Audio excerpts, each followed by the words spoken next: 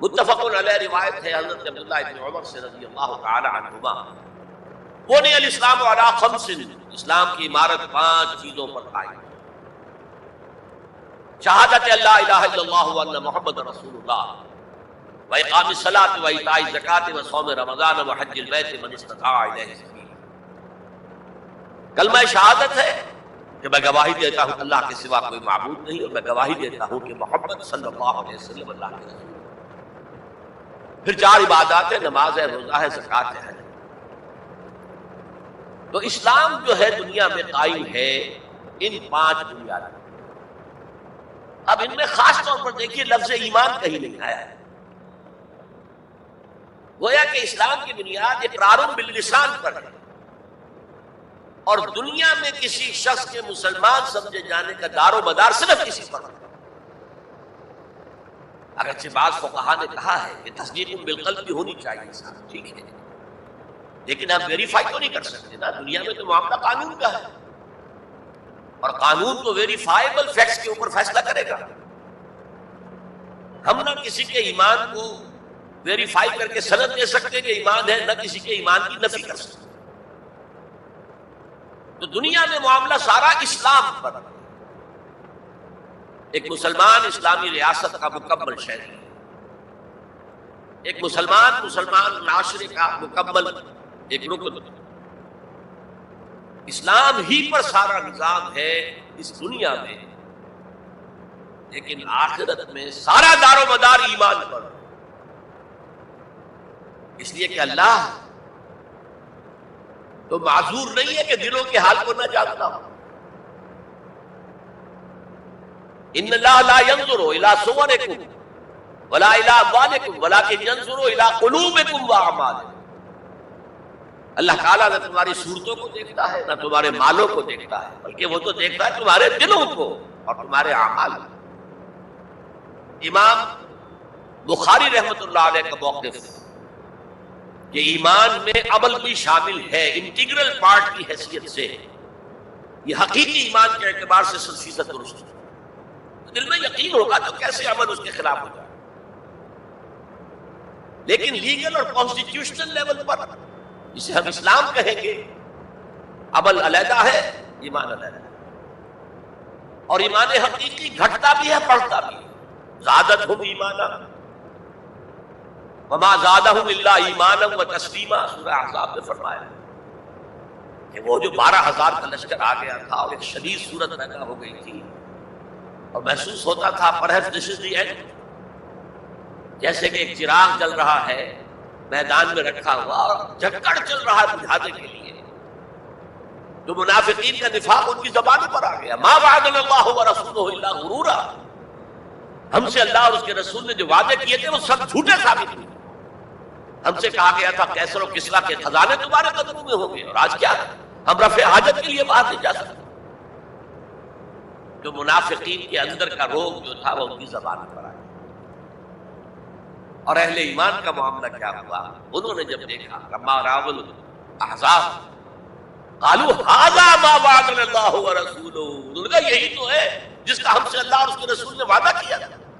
یہ آیت تو سورہ بقرہ میں نازل ہو چکی تھی، وَلَنَبْلُوَنَّكُمْ بِشَيْءٍ مِّنَ الْخَوْفِ وَالْجُوعِ وَنَقْصٍ مِّنَ الْأَمْوَالِ وَالْأَنفُسِ وَالثَّمَرَاتِ وَبَشِّرِ الصَّابِرِينَ، ہم لازماً آزمائیں گے تمہیں، لازماً آزمائیں گے، خوف سے، بھوک سے، فقر و فاقے سے، جان اور مال اور ثمرات کے ضیاع سے اور زیاں سے۔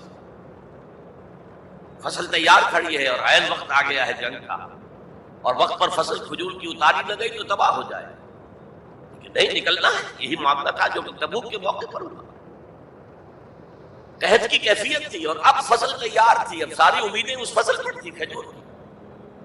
لیکن ظاہر ہے کہ کھجور کی فصل اتارنا کوئی عام خواتین کا کام تو نہیں ہے، لیکن مردوں سے کہا جا رہا نکلو اللہ کی راہ میں، سب کے سب۔ پہلی مرتبہ نفیر عام تھی، ہر صاحب ایمان نکلے، ایک بہت بڑی آزمائش۔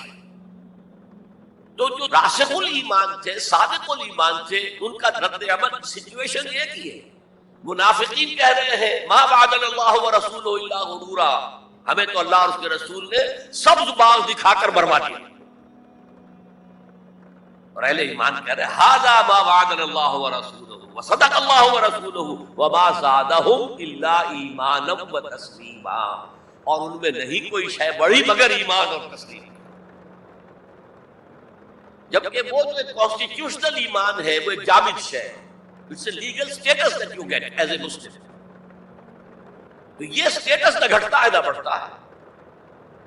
یہ نہیں ہو سکتا کہ ایک باپ کے اگر دو بیٹے ہیں اور ایک متقی ہے، زاہد ہے، عابد ہے، تہجد گزار ہے، دوسرا فاسق و فاجر ہے، تو وراثت میں اس تہجد گزار کو زیادہ حصہ ملے اور دوسرے کو جو ہے وہ کم ملے۔ نہیں، المسلم کفر لکل مسلم، تمام مسلمان آپس میں جہاں تک ان کے لیگل اور پولیٹیکل حقوق کا تعلق برابر ہے۔ تو یہ فرق ہے ایمان اور اسلام۔ البتہ یہ میں آپ کو بتا چکا ہوں کہ یہ بھی ہو سکتا ہے کہ اسلام پہلے آئے، ایمان بعد میں آئے۔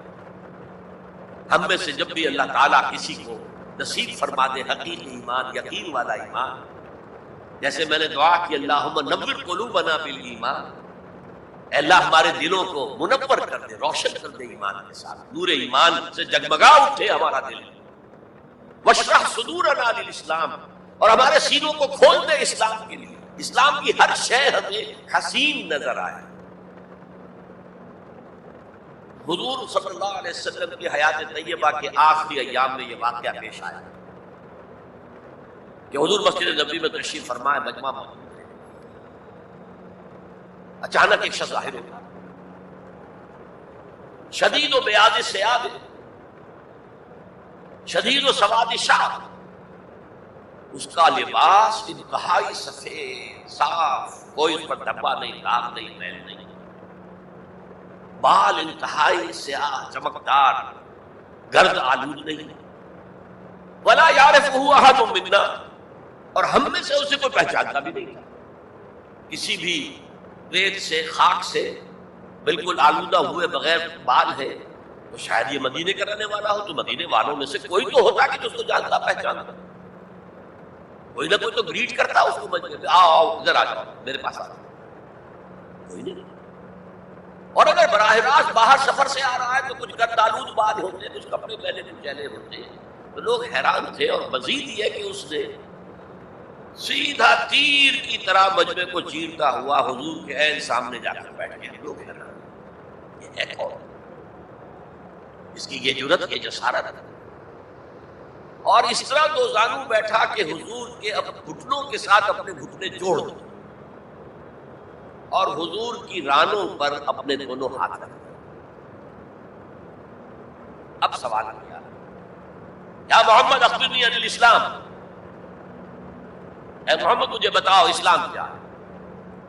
حضور نے فرمایا وہی جو میں ابھی آپ کو حدیث سنا چکا ہوں، الاسلام ان تشہد ان لا الہ الا اللہ وان انا رسول اللہ وان تقیم الصلاۃ وتؤتی الزکاۃ وتصوم رمضان وتحج البیت ان استطعت الیہ سبیلا۔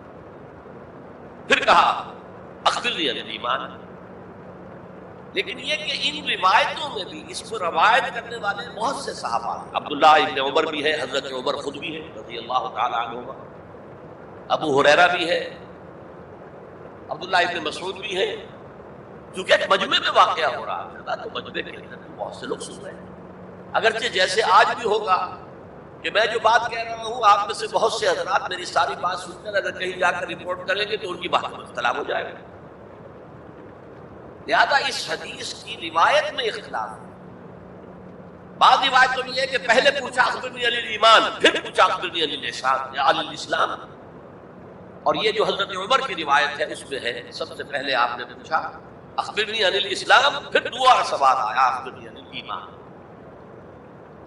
اچھا، اس کے بعد ایک دو سوال اور بھی کیے، میں تفصیل میں نہیں جا سکتا۔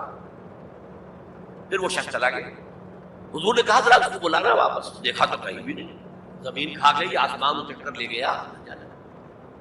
تب حضور نے فرمایا اوہ یہ جبرائیل تھے جو تمہیں تمہارا دین سکھانے آئے تھے، یعلمکم دینکم اذ لم تسألوہ، جبکہ تم نے اس کے بارے میں سوال نہیں کیا۔ اور یہ پہلی بار ہے کہ میں جبرائیل کو پہچان نہیں سکا، انسانی شکل میں وہ آئے اور میں پہچان نہیں پایا، ورنہ اکثر حضرت دہیہ کلبی کی شکل میں آتے تھے انسانی صورت میں، جب بھی حضرت جبرائیل آتے تھے۔ حضرت دہیہ کلبی جو ہے وہ بہت ہی حسین